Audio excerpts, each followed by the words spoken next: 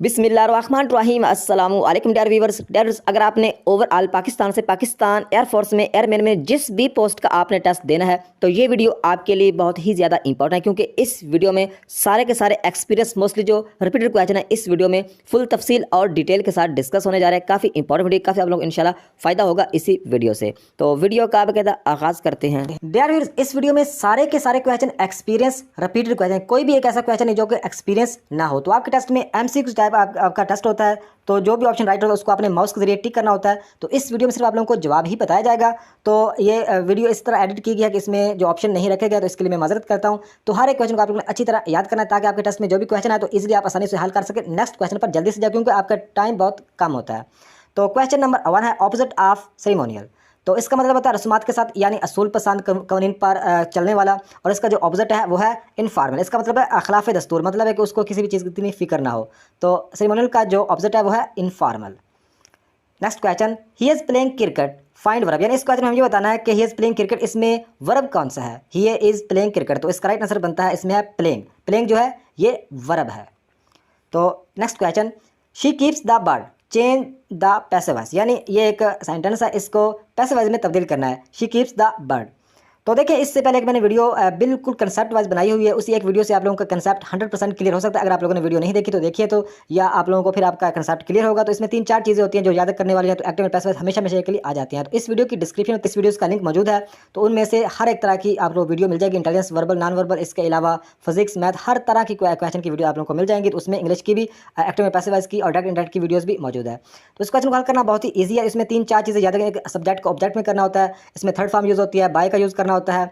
तो इस तरह देखें, इसको हल करते हैं। तो सबसे पहले सब्जेक्ट को ऑब्जेक्ट में तब्दील करना, ऑब्जेक्ट सब्जेक्ट हो जाए तो इसमें सबसे पहले आएगा द बर्ड। सबसे पहले आएगा द बर्ड। दूसरे नंबर पर फर्स्ट फॉर्म हो या डू डज हो तो हम मतलब है कि इज एम आर का यूज़ करते हैं, तो ही शी इट के साथ इज लगता है। द बर्ड इज, तो आगे है कीप्स, तो ये मतलब है कि फर्स्ट फॉर्म है, इसको थर्ड फॉर्म में करेंगे किप्ट बन जाएगा।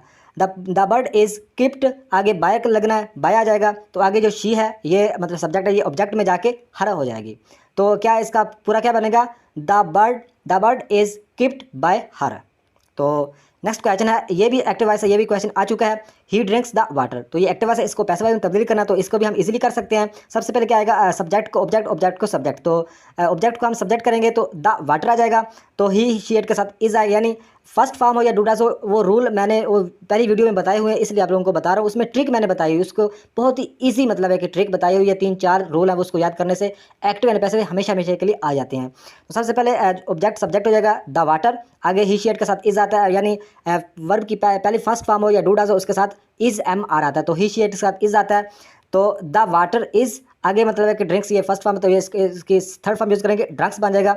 The water is drunks by लगना ही लगना है, और ही हिम में कन्वर्ट हो जाएगा। तो इसका पूरा क्या बनेगा, the water is drunks by him. तो next question, he is dash MBBS, तो ये आर्टिकल क्वेश्चन है, ही इज एन MBBS, इसमें आएगा an, he is an MBBS। तो next question, synonym of furious, तो फ्यूरियस का मतलब होता है तनो-तेज, यानी गुस्सा करने वाला आदमी। तो एंग्री का मतलब यही होता है नाराज़, गुस्सा करने वाला। तो सिनोनिम ऑफ फ्यूरियस, तो इसका क्या होगा, एंग्री। तो next question, he is a good boy, तो इस क्वेश्चन में ये बताना है कि फाइंड एडजेक्टिव। इसमें he is a good boy, इसमें कौन सा एडजेक्टिव है। तो इसका राइट आंसर बनता है गुड। तो पार्ट्स ऑफ स्पीच किससे भी रिलेटेड लाजमी क्वेश्चन 3 से 4-5 लाजमी क्वेश्चन आते हैं, तो एक वीडियो पार्ट्स ऑफ स्पीच की भी अपलोड की हुई है, इसी प्लेलिस्ट से आपसे आपको लोगों को मिल जाएगी, तो उसको भी लाजमी एक दफ़ा विजिट कीजिएगा। तो इसमें जो गुड है ये एडजेक्टिव है, क्योंकि जो एडजेक्टिव होता है ये नाउन की खूबी को या खामी को वजाहत से बयान करता है। तो इसमें मतलब बॉय की खूबी को बयान किया जा रहा है, तो ये इसमें जो एडजेक्टिव है वो है गुड एडजेक्टिव है। नेक्स्ट क्वेश्चन, ये तीनों मतलब आ चुके हैं स्पेलिंग मिस्टेक, यानी इसका मतलब स्पेलिंग की मिस्टेक का क्वेश्चन ये तीनों ही आ चुके हैं। असेसमेंट यानी ASSEMENT, असेसमेंट का भी आ चुका है। एम्बेसी EMBASSY, और ये जो प्रीवियस ये भी आ चुका है PREVIOUS, यानी स्पेलिंग मिस्टेक में ये तीनों आ चुके हैं। तो इसको आपने मतलब इसके स्पेलिंग में मिस्टेक आपने चेक कर लेनी है। तो ये बिल्कुल इसका सही आंसर दिए हुए हैं, इसमें कोई भी स्पेलिंग की मिस्टेक नहीं है, ये तीनों आ चुके हैं। Next question, do it now, तो इसमें हमें फाइंड करना है एडवर्ब। तो जो एडवर्ब होता है ये वर्ब को मॉडिफाई करता है, यानी वर्ब की खासियत को या खामी को या खूबी को बयान करता है। तो डू इट नाउ, तो इसमें जो नाउ है ये एडवर्ब है। तो next question, antonym of import, import का एंटोनिम यानी मुतजाद उल्ट यानी ऑपोजिट बताना है, तो इम्पोर्ट का हो जाएगा export. Next question young one, तो ये चारों के चारों ही आ चुके हैं। जो hen का यंग वन है वो है चिकन चूज़ा, डॉग का जो कुत्ते का है वो है पप्पी, लाइन का जो यंग वन है यानी बच्चा है वो है कब, और जो मेन का बच्चा वो बेबी कहलाता है। तो ये चारों के चारे आ चुके हैं। नेक्स्ट क्वेश्चन, इस क्वेश्चन को आप लोगों ने समझना, बहुत ही ईजी क्वेश्चन है। C is the father of D and E. आगे कह रहे हैं if F is the husband of D. तो आगे हमें इस क्वेश्चन में ये बताना है कि what is the relation C to F. यानी इस क्वेश्चन में ये कह रहे हैं कि जो सी है ये बाप है, ये वालद है डी और ई का।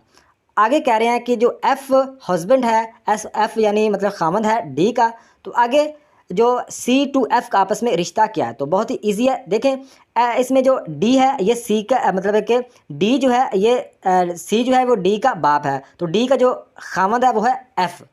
तो जाहिर बात है, तो इसका जो एफ और सी का आपस में क्या रिश्ता, एफ और सी का आपस में क्या रिश्ता बनता है, ये बनता है सुसर का। यानी जो एफ का जो सी है ये सुसर है, एफ का जो सी है वो सुसर है उर्दू में। तो इसका जवाब क्या आएगा, father in law.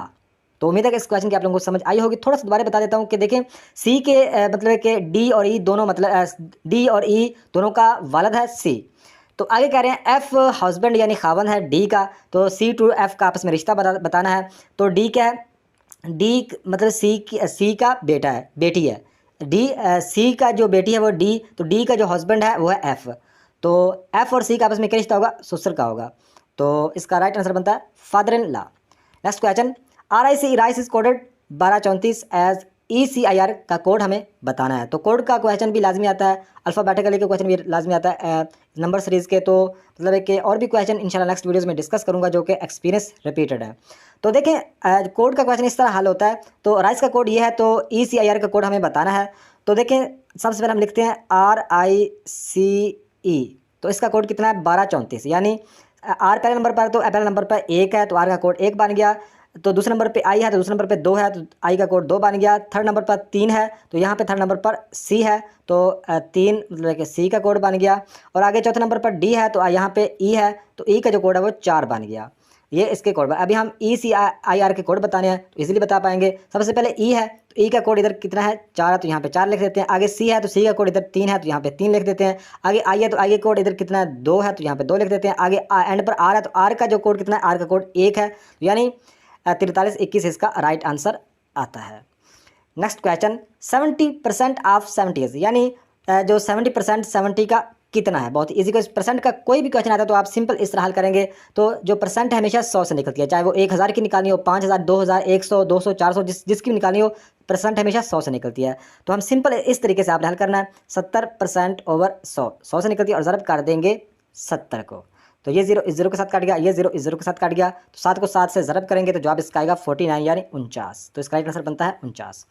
Next question, rocket launching is example of. तो ये फिजिक्स का क्वेश्चन है, तो जो ये किसकी एग्जाम्पल है, तो ये न्यूटन थर्ड लॉ की मतलब एक एग्जाम्पल है। तो जिस तरह कैंडिडेट्स क्वेश्चन सेंड करते हैं बिल्कुल वैसे ही लिखकर आप लोगों के साथ हम शेयर करते हैं क्वेश्चन।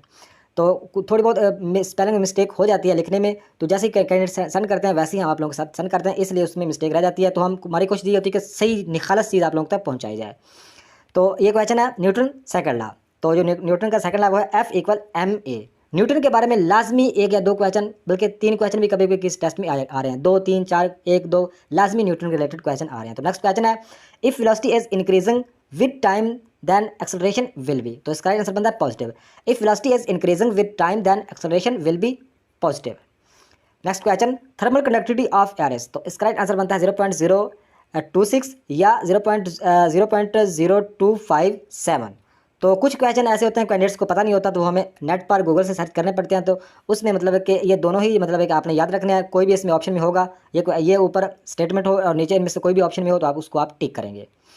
तो next question, deer runs dash than the cow. तो इसमें आएगा faster, deer runs faster than the cow. Next question, circular motion of a body is due to. तो इसका राइट आंसर बनता है centripetal force. Circular motion of a body is due to centripetal force. Next question, a body rotates about its axis is called। इसका आंसर बनता है rotatory motion.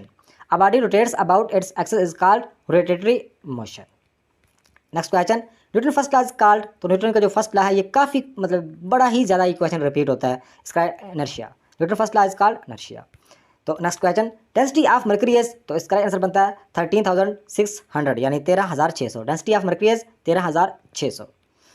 Next question, Japan is a dash country. तो ये question इस तरह ही लिखा हुआ था, तो इसका जवाब बनता है rich. Japan is a rich country, तो इसमें आपको ऐसे ही आपने याद रखना है। नेक्स्ट क्वेश्चन, ये क्वेश्चन है कि 52-12 मतलब है कि 52 12 राउंड इट्स बैकवर्ड्स। तो इसका राइट आंसर बनता है 21-25। किस तरह बनता है वो इस क्वेश्चन में सिंपल यही कह रहे हैं कि ये जो मतलब है कि 52-12 को राउंडेड बैकवर्ड्स, यानी दोबारा मतलब इसके ऑपोजिट डायरेक्शन में घुमाओ। तो ऑपोजिट डायरेक्शन में इसको घुमाना है या उल्टा, तो उल्टा जब घुमाएंगे तो 2 राइट साइड पे है तो 2 लेफ्ट साइड पे आ जाएगा। ये एक राइट साइड पे तो ये मतलब है कि दूसरी साइड पे चला जाएगा, 2 मतलब है कि दूसरी साइड पे और 5 दूसरी साइड पे, यानी आपस में ये उल्ट हो जाएंगे। तो 52 को उल्ट करेंगे तो ये जवाब आएगा 21-25, यानी पहले 2 आएगा फिर 1 फिर 2 फिर 5, मतलब राइट से लेफ्ट जाएंगे। तो इसको मतलब है कि ये बैकवर्ड्स मतलब है कि राउंड में हो जाएगा। तो next question, energy stored in dam. तो इसका आंसर होता है पीई यानी potential energy. Energy stored in dam, potential energy. तो ये थी आज की वीडियो। नेक्स्ट वीडियो तक खुदा हाफ़िज़।